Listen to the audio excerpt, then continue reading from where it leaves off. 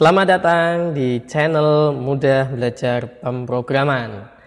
Topik kali ini saya akan membahas mengenai beberapa hal yang teman-teman semua perlu ketahui jika teman-teman semua pingin atau mau menjadi programmer Android. Nah, kira-kira apa saja sih pertama kali yang teman-teman semua harus pikirkan? Nah, itu akan kita bahas kali ini.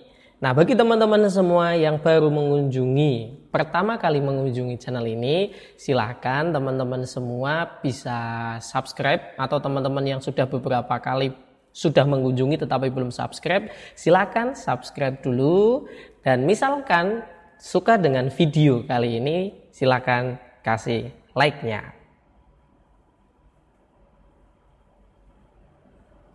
Oke, nah, apa saja sih yang perlu diketahui kalau mau jadi programmer Android?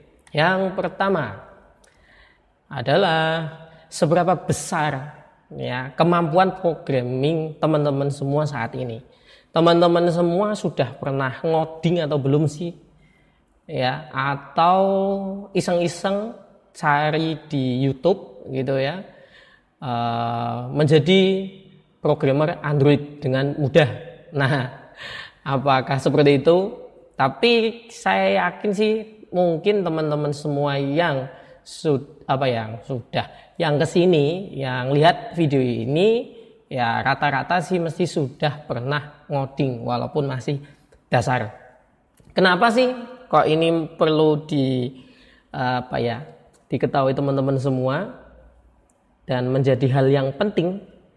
Ya, agar teman-teman semua itu bisa tahu dari mana mau mulai untuk membuat aplikasi Android. Jadi supaya ada titik mulai kayak gitu ya. Karena kalau kita tidak tahu titiknya dari mana, itu akan berabe. Mau memulai tapi nggak tahu mulainya dari mana, kan susah itu. Ya, susah sekali mau mulai tapi nggak tahu titik mulainya. Nah, ini ada beberapa tips ini ya.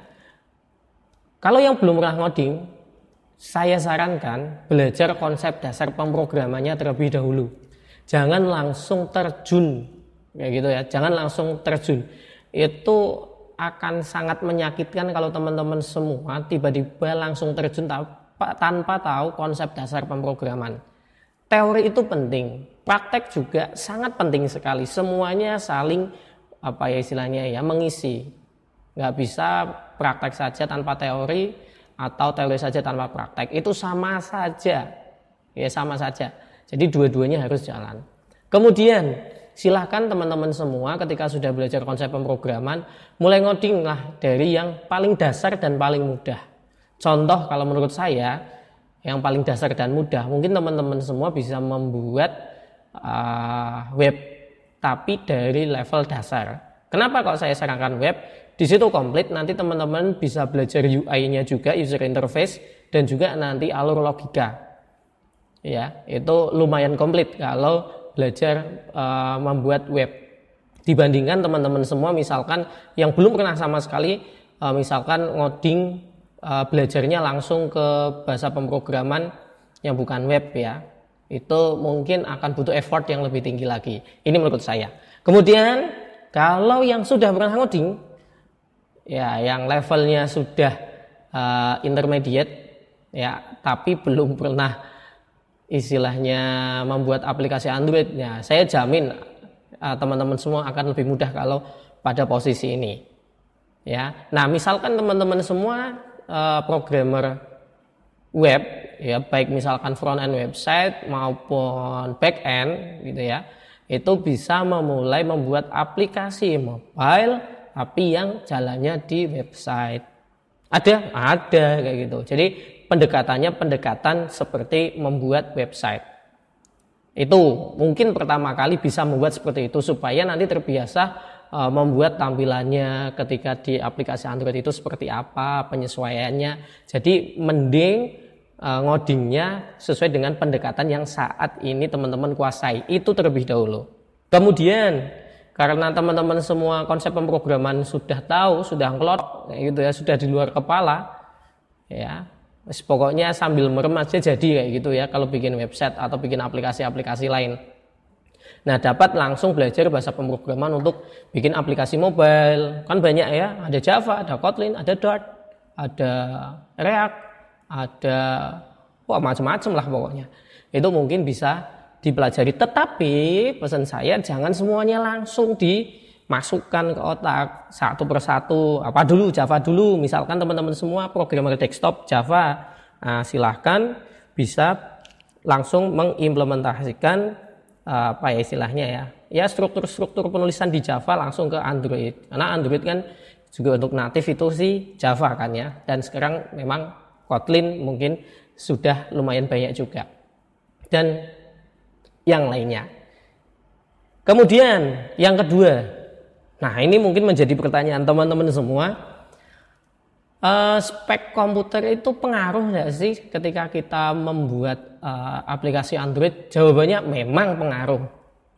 Akan tetapi gimana kalau misalkan kita saat ini punya laptopnya yang kaleng-kaleng, gimana? Apa bisa? Sangat bisa sekali. Mungkin teman-teman ada yang berpikir, wah kalau nginstal Android Studio itu butuh RAM minimal 8 GB, kemudian pakainya SSD. Waduh, belinya gimana sedangkan kita nggak punya uang? Nah, itu bagi teman-teman nggak usah memaksakan untuk membeli komponen-komponen yang baru atau yang lebih tinggi spesifikasinya. Nggak perlu. Kalau spek hardware kita biasa-biasa aja, alhamdulillah beruntung.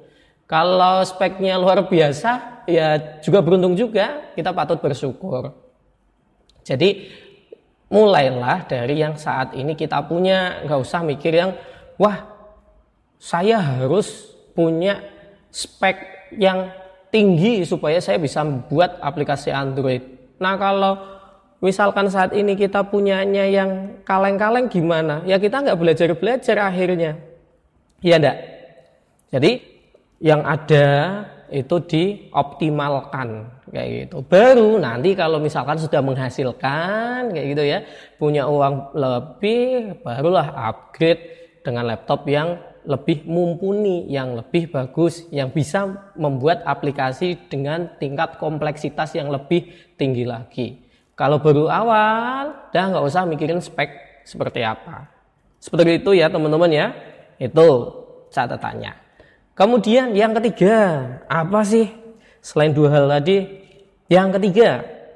Nah ini, ketika kita mengembangkan sebuah aplikasi Android, aplikasi mobile Android, itu ada banyak pendekatan, ada banyak approach di sini.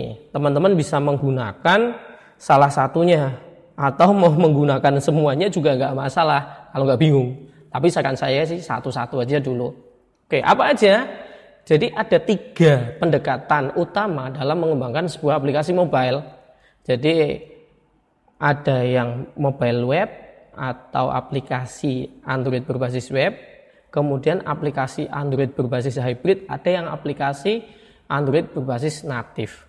Teman-teman semua bisa milih nih salah satu dari 3 ini. Bedanya apa? Saya sedikit kasih gambaran. Kalau mobile web, teman-teman ya kayak bikin web seperti biasa di desktop itu ya sama, tetapi nanti tampilannya dia akan menyesuaikan masing-masing perangkat Android. Jadi tampilannya akan responsif ataupun adaptif. Jadi menyesuaikan dengan layar smartphone-nya. Enggak lagi nanti zoom pakai 2 tangan kayak gitu ya, di touch, di zoom, itu enggak. Jadi sudah menyesuaikan tampilannya. Itu mobile web. Nah kalau hybrid itu berarti ngodingnya pakai pendekatan web ya, tetapi nanti bisa memanfaatkan fitur-fitur yang ada di dalam aplikasi Android. Misalkan mau mengakses kontak kayak gitu ya, mau mengakses galeri, nah itu bisa menggunakan konsep hybrid, tapi ngodingnya pendekatan website, seperti website. Itu hybrid.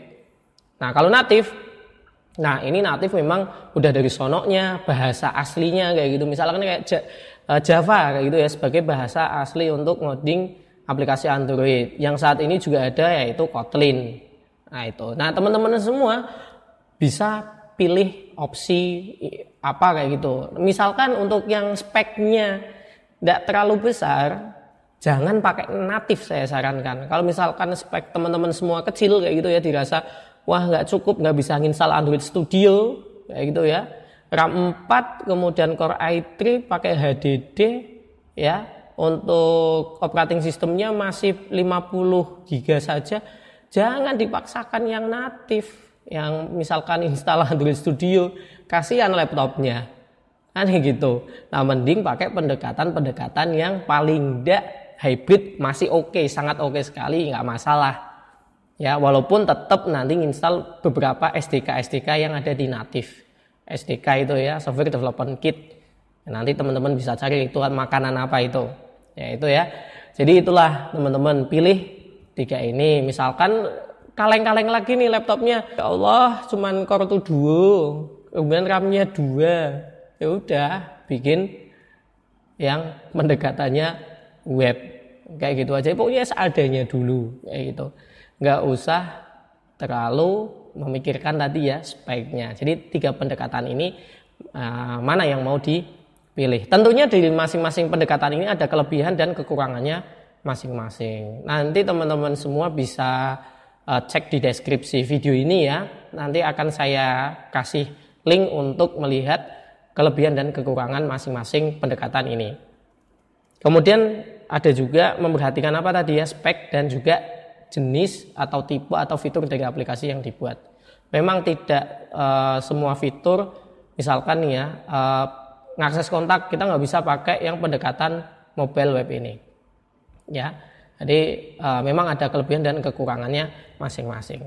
Next, yang keempat, apa jenis aplikasi yang mau dibuat nih teman-teman semua? Mau fokus di mana? Di game ataupun aplikasi biasa, tanda kutip di sini ya, yang lainnya. Biasa itu apa ya, misalkan membuat e-book, membuat aplikasi yang cuma navigasi aja, kemudian ya yang non game lah istilahnya, yang game atau non game gitu ya. Kenapa? Nah ini mungkin teman-teman semua ada yang sudah tahu, ada yang belum ya. Jadi pembuatan game itu akan membutuhkan upaya-upaya yang lebih lagi dibandingkan membuat aplikasi yang biasa tadi, yang non game gitu ya. Butuh effort, butuh kerja keras, butuh ya yang lebih keras lagi. Jadi memang lebih susah akhirnya jadinya ya. Nah di sini jika ingin membuat aplikasi game, teman-teman semua juga harus kreatif kayak gitu ya. Harus bisa juga melakukan proses desain game yang baik itu seperti apa. Ya, sisi seninya itu juga harus main di sini ya, punya sisi seni yang tinggi kayak gitu. Nah ngoding aplikasi game itu juga akan lebih kompleks, dalam arti juga ya memperhatikan intuisi dari nanti pemain itu seperti apa sih kayak gitu ya. Wah lebih kompleks lagi di sini karena banyak aspek yang harus diperhatikan. Kemudian aset ataupun resource dalam membuat aplikasi game itu lebih banyak. Contohnya bikin karakter aja, wah ya bisa berapa hari kalau dibikin sendirian. Bikin game sendirian itu walah ya Allah, mungkin bisa sampai berbulan-bulan ya gitu ya, kalau nggak tim maksudnya. Kalau pertama kali belajar kan mungkin iyalah pakai asetnya orang lain, tetapi kalau misalkan nanti teman-teman semua bikin game, tentunya aset ataupun resource ya misal kayak gambar, audio, video dan lain sebagainya itu akan lebih banyak lagi, dan untuk membuatnya butuh waktu yang lebih lama. Kemudian nih, kabar baiknya adalah berdasarkan survei dari statista.com, game itu merupakan jenis aplikasi yang paling banyak di-download oleh user dan dimainkan. Ya dimainkan, maksudnya bertahan kayak gitu, di instalannya itu bertahan lama. Ya, di Play Store itu di-download paling banyak nih game. Ya, itu ya teman-teman semua di sini ada yang gamer, wah cocok nih. Ya, tapi akan butuh effort yang lebih lagi dibandingkan membuat aplikasi yang biasa. Nah ini ya teman-teman bisa ya memperhatikan hal ini. Kemudian yang kelima, ada banyak tools dan software yang bisa digunakan untuk membuat aplikasi Android tentunya. Nah, di sini teman-teman semua mau pakai yang apa? Pertama kali yang perlu dipikirkan, jangan install semua software dan tools pendukung. Nah, itu ya. Nah, softwarenya itu apa sih contohnya? Wah, banyak nanti ya. Bisa contoh di sini kan ada 2 jenis software ini ya. Ada yang full ngoding, ada yang tanpa ngoding di sini ya. Nah, tanpa ngoding ini contohnya apa? Ada aplikasi namanya App Inventor. Itu tanpa ngoding. Ya, atau yang full ngoding. Yang full ngoding itu ya kita ngoding tetap kayak gitu ya. Ya nulis kode program kayak gitu. Nah, teman-teman semua mau belajar yang mana? Ya pilih salah satu dulu ini. Nggak usah kemaruk dulu belajar semuanya. Gitu ya. Nah, saat pertama jangan berpikir menggunakan semua software dan tools dalam waktu yang bersamaan. Step by step aja, slow but sure. Lagunya siapa? Slang ya. Nah, itu. Jadi nggak usah pingin semuanya akhirnya bingung nanti belajarnya. Fokus ya, dan bikin simple aja, nggak usah susah-susah. Nah, walaupun memang nantinya teman-teman semua menggunakan banyak tools ketika aplikasi itu dibangun sudah kompleks. Ya, sudah kompleks ini butuh tentunya tools apa contohnya? Misalkan kayak cloud storage lah, misalkan nanti pakai Firebase itu ya untuk nyimpan data di cloud.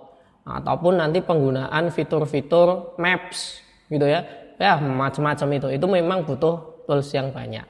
Tapi saat pertama sekali lagi garis bawahi, nggak usah belajar itu dulu ketika yang kecil aja kayak gitu ya, yang cekeremen itu belum bisa, nggak usah mikirin yang kompleks.